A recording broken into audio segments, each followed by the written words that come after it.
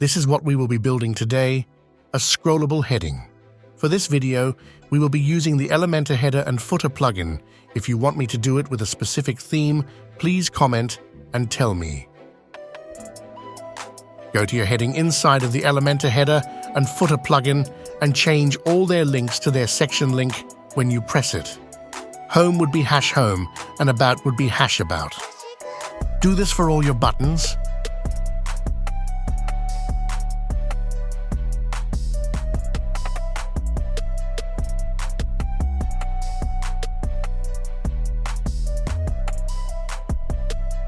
Make sure you update it. Go back to Elementor, select your section, go to Advanced, then CSS ID. Make sure you don't do CSS class. Set the CSS ID to the button you link the section to.